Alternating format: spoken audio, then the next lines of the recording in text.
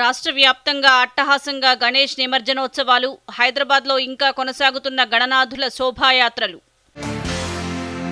Record ధర పలికిన బాలాపూర్ లడ్డు. ఈ మధ్యాహ్నానికి నిమజ్జనాలు పూర్తయ్యే అవకాశం. మూడో దఫాలో మోదీ పాలనకు 100 రోజులు. మౌలిక సదుపాయాలపై 15 లక్షల కోట్లు పెట్టుబడులు వచ్చాయన్న కేంద్ర మంత్రి కిషన్ రెడ్డి.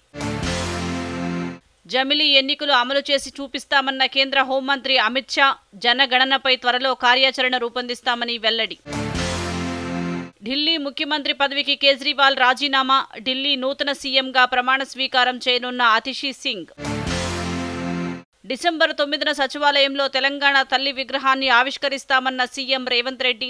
ఎన్ని అడ్డంకులు వచ్చినా హైడ్రా ఆగదని వ్యాఖ్య. యువత ఆకాంక్షలకు అనుగుణంగా రాష్ట్ర పాలన సాగుతోందన్న ముఖ్యమంత్రి. తాను ఫామ్ హౌస్ సీఎంను కాదన్న రేవంత్ రెడ్డి. జమ్మూ కాశ్మీర్లో ప్రారంభమైన తొలి విడత పోలింగ్. 24 స్థానాలకు నేడు ఎన్నికలు. బుల్డోజర్ న్యాయం ఆపేయాలని సుప్రీంకోర్టు ఆదేశాలు. అక్టోబర్ 1 వరకు తమ అనుమతి లేకుండా కట్టడాలు కూల్చొద్దని వెల్లడి.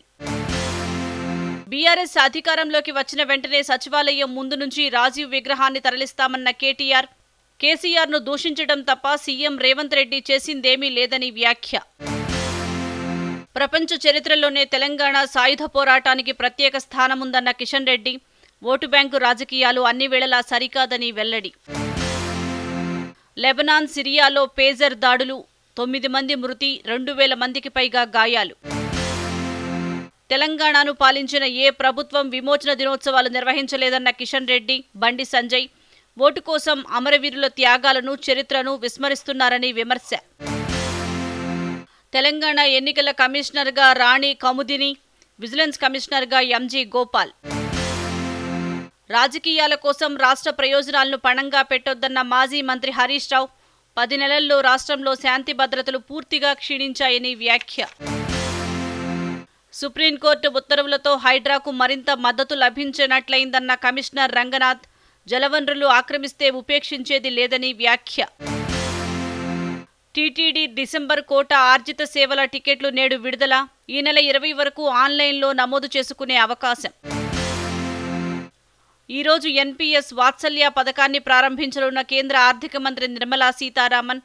18 ఏళ్లలోపు వారి కోసం ప్రత్యేక పథకం తీసుకువచ్చిన కేంద్ర ప్రభుత్వం. పురుషులతో సమానంగా మహిళలకు ప్రైజ్ మనీ ఇవ్వనున్న ఐసీసీ. వచ్చే నెలలో జరగనున్న మహిళల టీ20 ప్రపంచ కప్ విజేతకు 19 కోట్ల నగదు బహుమతి. ఆసియా ఛాంపియన్స్ హాకీ ట్రోఫీ విజేతగా భారత్. చైనాపై విజయంతో 5వ సారి టైటిల్ కైవసం.